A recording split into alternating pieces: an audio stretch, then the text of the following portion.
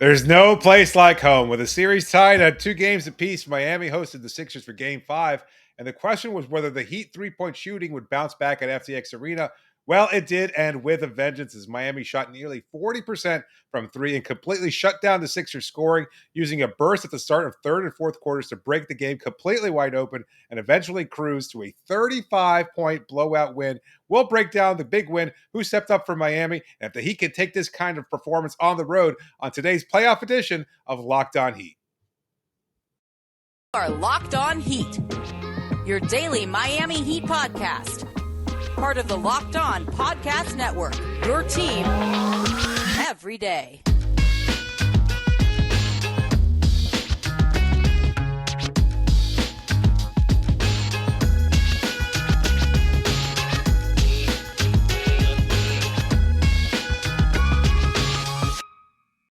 Hello, Heat Nation. It's a Wednesday edition of Locked On Heat, your daily podcast covering all things Miami Heat. However you may be listening or watching on YouTube, Odyssey, or on your favorite podcast app, thanks so much for making us your first listen every day. I'm David Ramil, and with me, as always, live from FTX Arena is my co-host Wes Goldberg.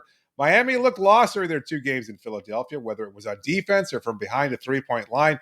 And with the momentum in Philadelphia's favor, the concern was whether or not the Heat could regain what made them one of the best teams in the NBA during the regular season.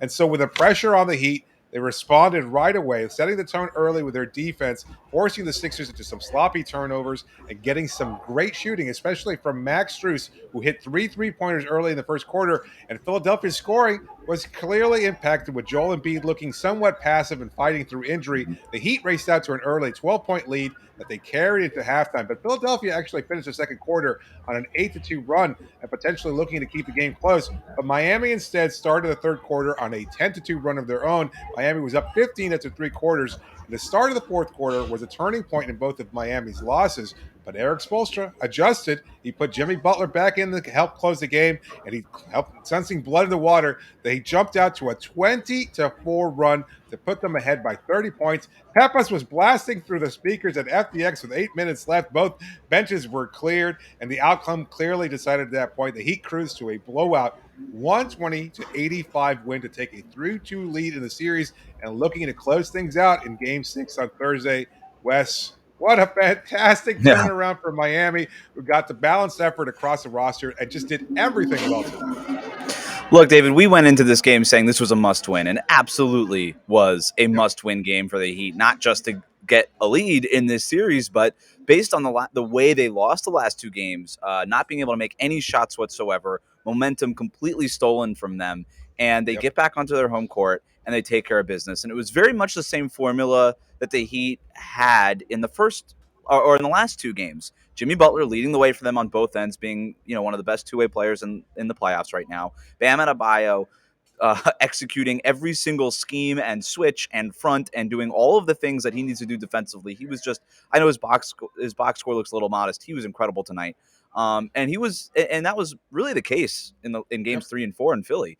The difference was that the role players just weren't there. They weren't making shots. I know that we tend to look at the 3-point shooting, and that is obviously the loudest stat that jumps out, is just the fact that they were shooting like 20% in those games, but they just weren't really executing either, right? They weren't playing all that well.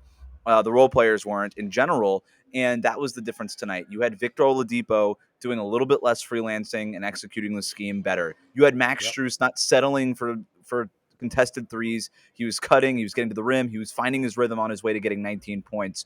You had Gabe Vincent stepping up in a big way. You had a lot of guys playing their roles and playing it well, and that really is the formula for the Heat to win, right? Like, they don't have the MVP caliber player like Nikola Jokic, Joel Embiid, Giannis, Kevin. They don't have that guy. They need their depth to step up, even when they're getting great games from Jimmy and from Bam. They need the depth to step up. That was the X factor tonight. That's why they won. Yeah, it was. We talked about Jimmy Butler's performance over the last couple of games, where he averaged 35 plus points per game. He had 40 in Game 4, albeit in a loss. Tonight, only 23 points in 35 minutes. He played more minutes than he did over the last couple of games, and it didn't matter because Miami's supporting cast absolutely stepped up. From 7 guys in double figures. Yeah, with Max Strus finishing with his first career double-double. I think he also added in 10 rebounds. You mentioned the fact that he wasn't just settling for 3-pointers, so big game for him. PJ Tucker stepping up too, Yeah. having a couple big shots early on to again help Miami establish that early lead. Even Gabe Vincent starting in place of Kyle Lowry, who sat out the game because of that persistent hamstring injury. Looked like he had a couple moments early on. 5 of 7 from the field, finished with 15 points, a plus 20 net rating. Just a great performance all the way around. And even Tyler, he struggled all season long, all series long, excuse me. Yeah. Only played 22 minutes tonight, but still effective. It just seemed like everybody was just another level ratcheted up. Everybody just did everything they had to well. Yeah. Not one player really struggled in any way. Like everybody went out there, to your point, executed well, did everything they did on both sides of the ball, and it resulted in a complete, total dismantling and a great team win. Yeah, you mentioned Tyler Herro there, and we'll get to our credit cookies later on. I'm not giving any to Tyler Herro, but he was big in that third quarter where Joel Embiid scored 7 straight points for the Sixers to try to kind of get Philly back into the game. Tyler Herro off the bench answered with 5 straight points of his own. So every time Embiid went down, Tyler Herro was going down and scoring and kind of nullified what it is that Joel Embiid was doing. And look, I know that we want to talk about what the Heat did, but we would be remiss not to talk about what Philly did not get from Joel Embiid and James Harden, right? Because this was not the dominant game that we got from Joel Embiid. This was not the vintage performance we saw from James Harden in Game 4. They were a lot more limited. I know that there was some conversation on the national broadcast about whether or not winning MVP played a factor into Joel Embiid kind of not playing with the same level of energy and aggression. I tend to side with the fact that he's been limping through this series. He's been playing a ton of minutes in the series, more minutes than anybody really thought that he was going to play. And they've just been needing so much from him that might be catching up with him when he's clearly not 100% healthy and very far from it. He also got he got hit in the head with the basketball. Dwayne Dedmon grabbed the rebound. The ball hit Joel Embiid in the face, right in that right orbital bone area. And he was on the ground for a long time. It was never really right after that. Also looked like he might have tweaked his back at one point early in the game. So he was just not aggressive that way. But neither was James Harden, right? And I guess we call it vintage for a reason, right? You're not supposed to expect a Game 4 performance from James Harden these days all the time anymore. But they weren't there for the Sixers, and the Heat jumped on them. I think, even if you would have gotten average games from Embiid and Harden, I still think the Heat win this game because it was a blowout. Maybe it just wouldn't have been a blowout, but still a huge win for the Heat. They were able to limit what it was that Philly did. They showed them a ton of good looks. Their role players stepped up on both sides of the court. Really good win overall. I don't want to bury the lead here, though, David, and I feel like we have, because how long we're almost 8 minutes into the show, and we have not mentioned DJ Khaled rubbing Eric Spoelstra's shoulders in the third quarter. To me, that was the swing in the game.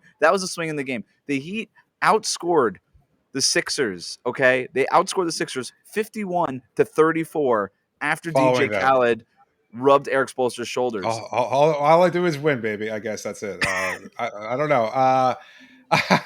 I'm not sure that was it. Spo mentioned it in his post-game presser, said it was a great moment to be a part of. Humbled by it. Humbled by the shoulder rub from DJ Khaled. It was a much shorter person than he appears on TV. Anyway. What was he doing? Because I couldn't really, because where we're sitting, I'm far away from what happened. No. I'm sure you had a better angle on it. Because I saw him picking up the ball. The ball went into the crowd. He grabbed it. But he went far away from his seat, it looked like. Like he wasn't near it. Yeah. Why did he get up and go get it? Because he's standing and walking around because he's DJ Khaled, because he's got the attention. So he was already standing and walking. Yeah. So he got the ball. Max was like standing behind it, kind of like hopping up and down, trying to stay warm on the sidelines. Yeah. Khaled, a little portly, shall we say, struggling to get the ball. He finally hands it to him. He cheers him on, claps Max in the back, then walks over to the had a little bit of table. a smile. Max had a little bit of a smile, didn't he? When it happened, Max I don't know about that. Okay, because Max doesn't smile. He's not a smiler. No, not generally. But he did, and then Khaled walks over to the scorer table, starts doing the clap. Yeah. It senses that cameras are on him somehow, and starts firing up the crowd, waving his little arms around. It was hilarious. And then as he's walking back to his family on his seats, passes Spo, who's like, okay, I'm 20 feet away from the bench, gives him a little pep talk. He's like, way to go, baby, shoulder rub. And then the Heat took off, and then the Heat lead ballooned to 20+. I'm just telling you, look, I'm not saying anything. All I do here is lay out the facts, David, and these are the facts. These are the We got to facts. find a way to get him to Philadelphia. Like there's that Toronto super fan that travels everywhere. Why doesn't DJ Khaled go to Philadelphia? I think that DJ. I don't know that we need to figure out a way. I think he could swing it. I, I He'll guess. I take a mean, jet ski all the way up to Philly. What's the river that they have there? I don't know. Is it the Philadelphia River? I don't know. But is it maybe. the Hudson? I don't know. The one that smells like a sewer because it's the city of Philadelphia. Who cares? Okay, but DJ Khaled is an awesome Heat fan. I love it. I actually had the thought before the shoulder rub, like they always show him on like the celebrity cam here. It's like sponsored by like Moët Hennessy or something, like celebrity cam, and they show him every time. And I kind of had the thought, I was like, if the celebrity is here literally every home game, do we still have to show him on the jumbotron every home game that he's here for? Yes. And the answer is absolutely yes. The answer is absolutely yes. DJ Khaled is an all-timer Heat fan. He gets to be enshrined in the Hall of Fame of Heat fans because of the shoulder rub. He may have won the Heat this series. I don't think so, but it's nice to give him credit. I'm sure he's going to take credit for it regardless because that's just the nature of the rap game nowadays. I think he's going to, he's going to say he played a prominent part and he was a deciding factor. Afterwards, though, I will say cameras cut to on the telecast and they showed him kind of showing highlights, I guess, on his phone to his wife and son who were in attendance alongside with him. So nice family bonding moment. And he was pretty proud of that. And yes, totally a super fan and always welcome to pass by Locked On Heat as a guest. If he wants to ever join the show. Dream guest for us. We top 5 for sure. In any case, maybe we should talk about the game itself. We'll talk about some of the Heat players that stepped up before we address whether or not the Heat can carry over this momentum into Game 6 in Philadelphia on Thursday. But before we do that, just want to tell you about one of our sponsors, Athletic Greens, a product that I just started using. You and I both started using it recently, Wes. I started taking their AG1 because you know what? I want to feel better. It's hard to make time to work out, to get all the right nutrients and supplements and everything else like that. And so when Athletic Greens reached out to the Locked On Network and said, you know what, we want to be a part of your show, we were like, okay, we'll try your product. And Can we I be did. honest, And David? it's absolutely. I was a little skeptical at first of Athletic Greens. What did you do? It's like, all right, cool. I'm just gonna like eat this or I drink this green powder, put it in some water, and I'm gonna like feel better all of a sudden. Like, how many times have you seen some quote unquote superfood, magic elixir sort of make you feel better?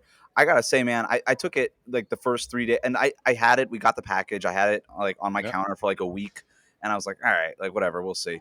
And then I had it for like only like 3 days in a row, and that's all it took. Like I immediately. Just was like, oh my God, I have way more energy. I have way more energy. Right. I was not having that second cup of coffee that I always have in the morning, right? And I didn't even think about it. I felt so much better. Stuff's real. Yeah. It's like 75 high quality vitamins, minerals, whole food source superfoods, probiotics, and adaptogens to help start your day right. You just put a scoop in your water. It's got a mild tropical taste that you really enjoy. You look forward to every day. You can even substitute, like you said, your morning cup of coffee. And it's lifestyle friendly, whether you eat keto, paleo, vegan, dairy free, or gluten free. It fits all types of diets. You're always looking for all the types of multivitamins that you might need to supplement your diet, but this has it all included for you. And it's so much cheaper than buying all those different supplements that you might look to get. It's just a great, convenient way of getting everything that you need in a simple, easy, and tasty format. So right now, if you go to athleticgreens.com/NBA network, you make your first purchase and you get a free 1-year supply of immune supporting vitamin D and 5 free travel packs with your first purchase. All you have to do again is visit athleticgreens.com/NBA network. You can take ownership over your health and pick up the ultimate daily nutritional insurance. Thank you for making Locked On Heat your first listen every day. Make sure to go check out the Locked On NBA Big Board. Host Rafael Barlow from NBA Draft Junkies and author of the NBA Big Board newsletter gives fans an in-depth look into the NBA draft, mock draft. He's got player rankings and, of course, big boards. It's free. It's available wherever you get your podcasts. Okay, David, I've got that winning kind of feeling again. It's been a while. It's been a minute. But I've got that winning feeling again, and I have a hankering for some credit cookies. What kind of cookies are we giving the Heat tonight? Well, this is a deep cut reference to the TNT broadcast early on. Before the game even started, they were talking about the Dallas Mavericks, and I think Kenny Smith, or it may have been somebody, referred to Maxi Kleber as Maxi Keebler, and then Ernie Johnson mentioned something about pecan sandies. Well, we're going to go with the sandies. The Keebler sandies, pecan sandies, will be today's cookie of choice. Did Ernie say pecan or pecan? I think he said pecan. Do you say pecan or pecan? I say pecan. I say pecan. So I'm on Team Ernie on this. Okay. Good. Pecan. What are they called? Pecan sandies? What are they? Just like Yeah. peanut butter cookies or sand like sugar Well, cookies so sugar with cookies with pecans in pecans them. in them. Yeah, yeah, Pecans in or them. pecans, whatever you say. Yeah, if you want to be right or wrong, it's up to you. All right, so we've got pecan sandies. First one I'm going to give out here has to go to Jimmy Butler. I don't know how much more we could talk about this guy. It feels like he's sort of kind of finally getting his due. Weirdly, after No, the losses, is starting to be like, oh no, wait, like he's really carrying this Heat team as much as he can. Um, I don't buy that. I don't buy that. I know we can talk about that at some other point, but I just don't think he's still no, talk getting the about it credit. now. You still don't think he's getting the credit? I don't think nationally, like in losses, certainly people are going to overlook it. Like look at the Yeah. MVP discussion. Nikola Jokic, he's a bum. He's really not that good a player. His team, where are they now in the playoffs? Overlooking the fact that Yeah. half his team is injured, etc. To Like your people point, don't yeah, I think recognize most winning. of the conversation throughout this series is what Joel Embiid has or has not done, or his availability, Right. And then James Harden sort of likewise. So that's a good point. But his stats, they don't lie, man. Like he's been one of the most No, efficient, better players, two-way players in the playoffs. If the national without a doubt. conversation doesn't want to acknowledge that, we've acknowledged it here pretty much every single show we've done throughout the playoffs. Absolutely. 23 points on 9 of 15 shooting, 9 rebounds, 6 assists, plenty of them going to Max Strus, David. And Max Strus is our second player getting credit cookies. I'm giving Jimmy Butler 4 credit cookies, by the way. 4 cookies. Got it. Pecan Sammys. Max Got it. Strus is getting 3 pecan Sammys. Sandies. Sandies. Okay, I thought I was doing that wrong. Pecan Sandies. Max Strus is getting 3 of them. Major bounce back game after going 5 for 16 from 3-point range over the last 2 games. So you go 7 of 13 overall, 4 of 10, 40% from distance tonight. 19 points, 10 rebounds, like you mentioned, his first double-double. And then overall, really good cutting. He had that great backdoor cut early in the game. He was playing physical like he had in the regular season. He was standing up to whatever it was Philly was doing offensively. He was standing up defensively.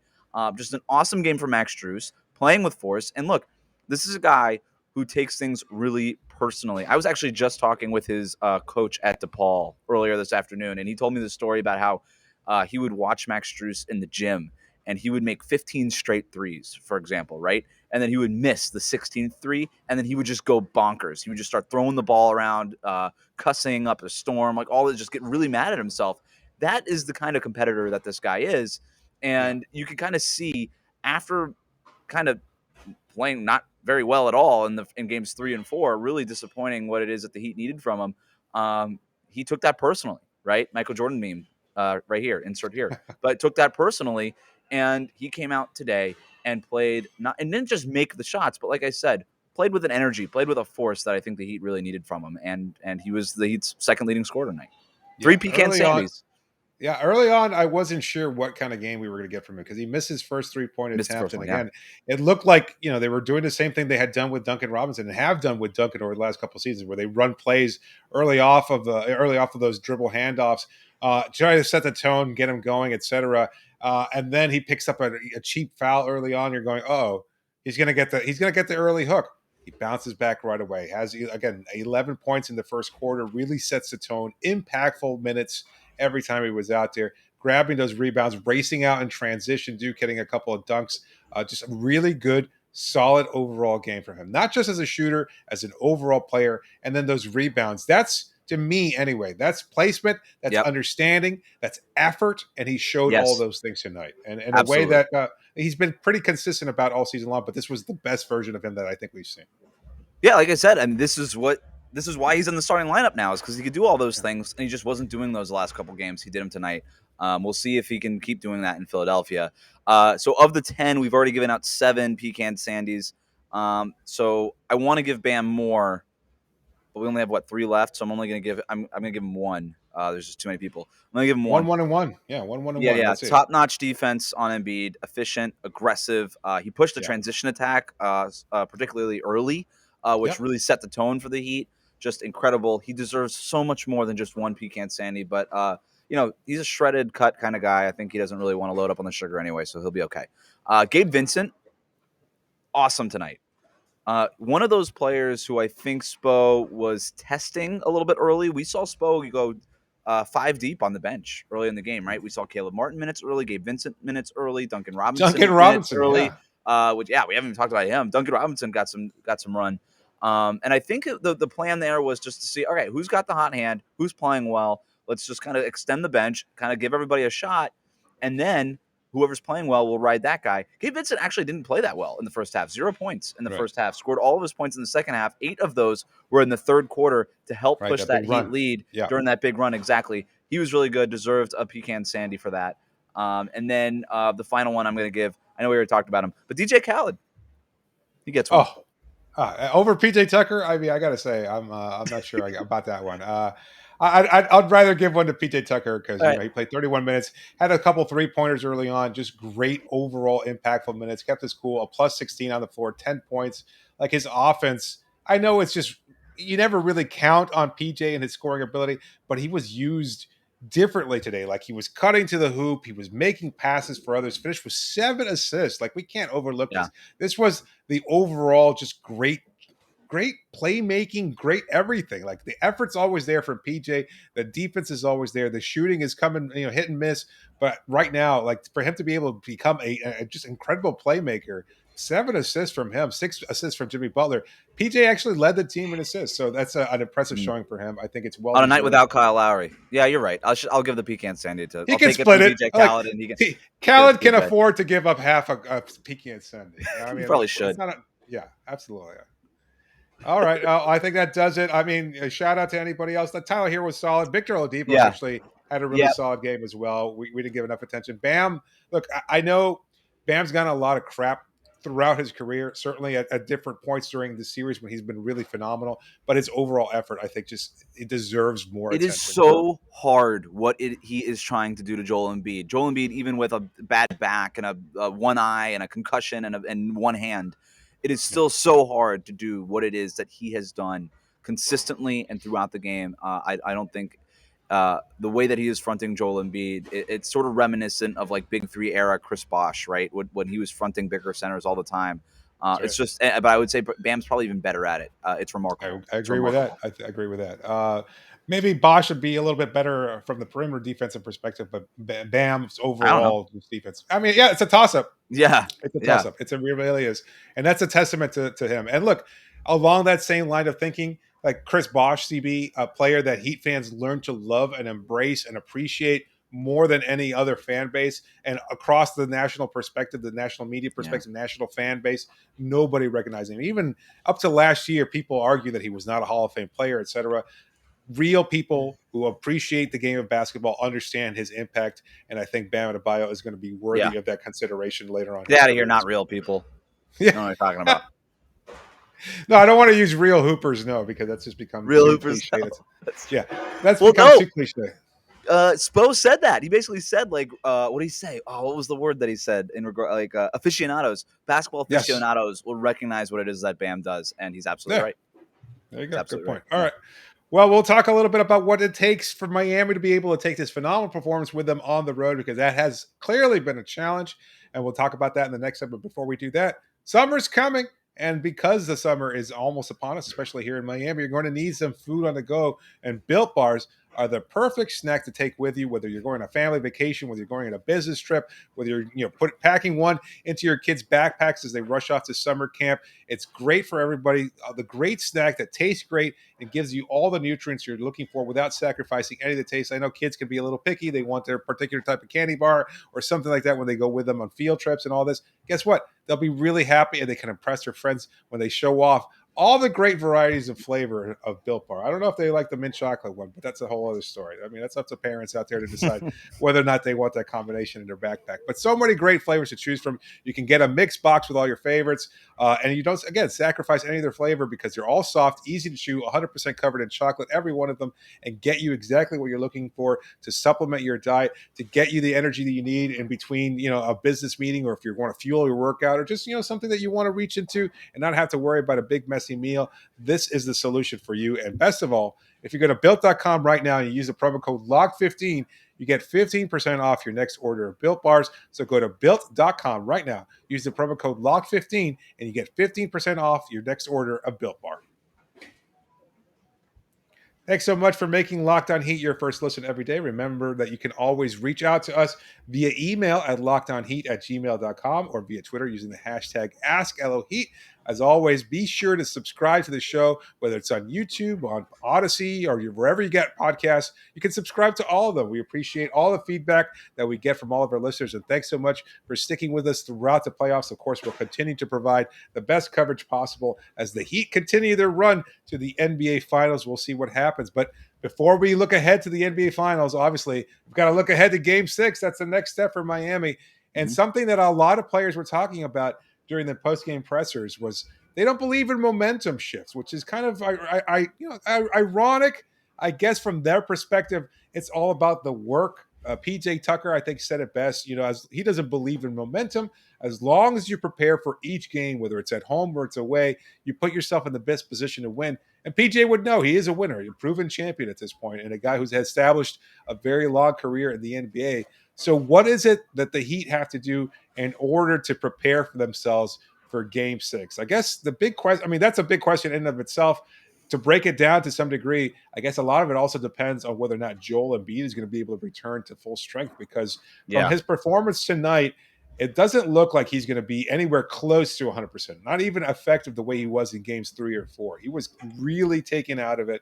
The MVP discussion aside, he was banged up, just did not look like himself, wasn't aggressive, efficient, but only shot the ball 12 times. Didn't look like he was really active. I think the broadcast mentioned that Doc Rivers said something about force feeding the ball to Joel to try to get him going, to try to get him to carry the team. And it didn't work. Miami was able to just stop everything he was They doing. wore him down, man. We were did. talking about Bam with the fronting. Like, as hard as it is for Bam, it's hard for Embiid too to just deal with that every single minute that he's on the court.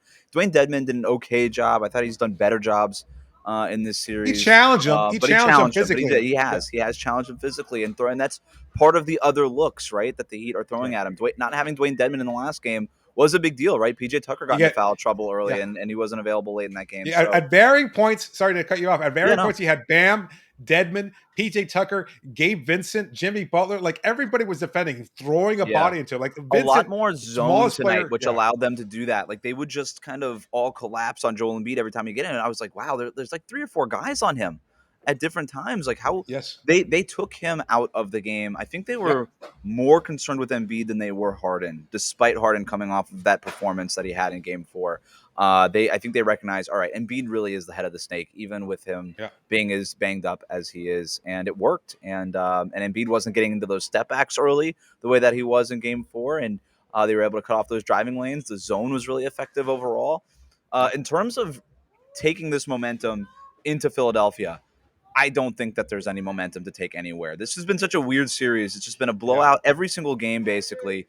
And whatever team had home court advantage has blown out the other team. Like, I don't know that there's ever been a series where there was a greater home court advantage. I mean, this is crazy what's going on here. It's like the away team goes into on the away court, and that court is made of lava. They don't even know what to do.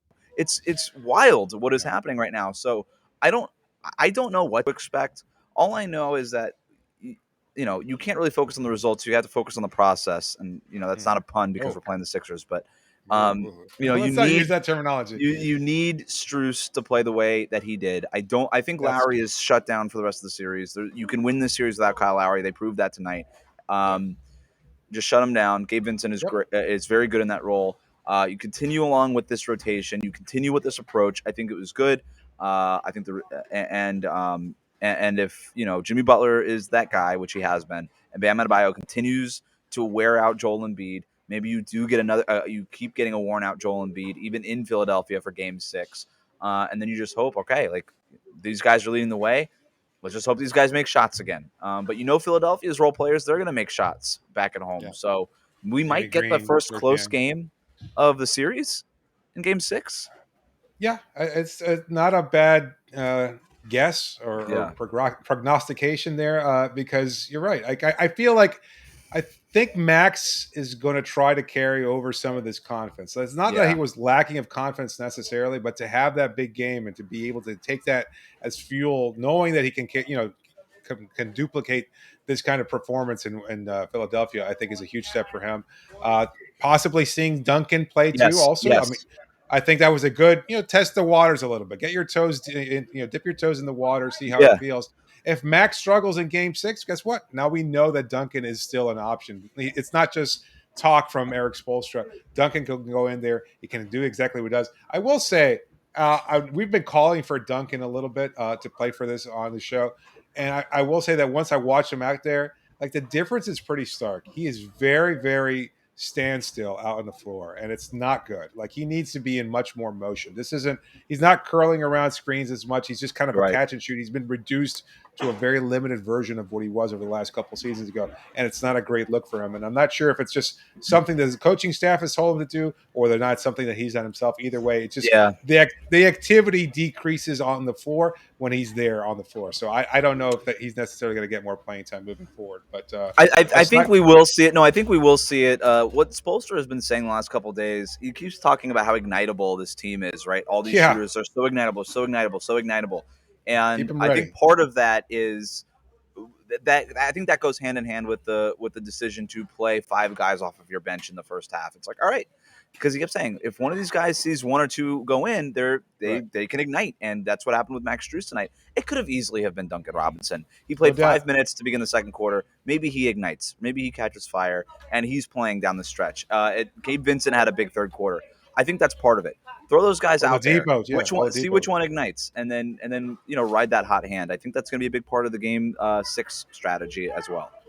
Yeah, it should be. That's Miami's strength, their depth, their versatility, the fact that they Yeah, can come at you on a night like tonight, like their biggest win of the playoffs, and they didn't need a monster performance from Jimmy Butler. Like that I think speaks volumes, and that they could do things in so many different ways. They can win games without requiring a 40-point outburst like this from Jimmy, and they're getting just great performance all the way. And look, as much as you could yeah. point to the final 8 minutes of the game when the benches were both cleared, like Miami had a 30-point lead. They crushed Philadelphia's spirit midway through the fourth quarter. I don't think I've ever seen anything like that. Like, you don't necessarily want to leave your starters out there for an extended period of time, especially not when they're battling injury and things of that sort. But for both teams to just empty out the bench going, okay, we're done. We're not going to even try. That was weird. That was strange, right? I Like, mean, I it was a mean, for blow. I mean, the way that Embiid and was laboring, I get it. Like, you want to try to save some legs there. If I you were a guess. team that wasn't dealing with those injuries, maybe I get it. But you're right. Like 8 minutes, like they were playing pass early in the fourth quarter, earlier than I've seen them play it at all in the playoffs. You For texted me and sure. asked me, and it got me thinking. I was like, yeah, I think that this is the earliest. I The think game it's the was over. earliest in any game. Yeah. What, I mean, no, one last point here before we wrap up. But if the Heat had lost this game, the Ringer has like their updated mm, odds every right. day. Had the Right. Heat lost this game, they would have had a 30% chance of advancing to the Eastern Conference Finals. 538 now has them with a 73% chance of advancing to the Eastern Conference Finals because That's they won nice. tonight. 3-2 lead. You've got two chances to win one. Next one's in Philly. Game 7's in Miami. We'll see what happens. Yeah, should be exciting. And we'll take back everybody on the bandwagon, everybody who jumped ship, even JJ Redick, if he wants to come back onto the bandwagon, we'll He let him does back on. apparently, based on his Twitter. Yeah, he did. He realizes he made a huge mistake. So many people did, and it's not hard to see why. Like Miami looked flummoxed in those two games against Joel Embiid, and while maybe his health was a big factor in his performance tonight, Miami just seemed to do a lot of other things well. And look, Tobias Harris, who's burnt them all series long, wasn't really a factor. Danny Green struggled. Look, he Mhm. was 2 of 4 from the floor. George Niang 0 for 6. 0 of 6 from 3-point range. Like he struggled in both all three Miami games. So Miami just did a good job of also limiting Tyrese Maxey, who was only 2 of 10. Aside from like 1 30-foot 3-point shot that he took at one point, he really did not have a nice night at all. So credit to Miami. Best Yep. game, best win of the series, best win of the season, perhaps, and a big one to hopefully carry either momentum or not. They know what the game plan is. They know how to execute it. They did tonight, and we'll see if they're able to do so on Thursday. And of course, we'll be able to bring you coverage of that. We'll probably have a live episode of Locked On Heat immediately after that game 6. And we'll also have Rowan Nadkarni of Sports Illustrated, who's had some controversial tweets. He's a Heat fan by nature, but let me tell you, his support has been wavering somewhat, at least if you look at his Twitter feed. But anyway, Rowan will join us on We'll get a tomorrow's show. chance to answer for it. Yeah, exactly. Make sure to stay tuned for that. And as always, make sure to subscribe to the show.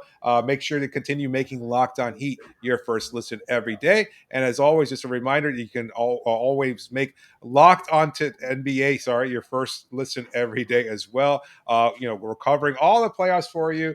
And we'll be able to bring you all the great coverage from all the teams still in the playoffs, and of course the NBA draft. So make sure to subscribe to every show and to always check us out on YouTube as well. That'll do it for tonight. Thanks so much for checking us out. As always, this is David Ramil signing off for now. Thanks so much for joining me, Wes. Wrap it up, B.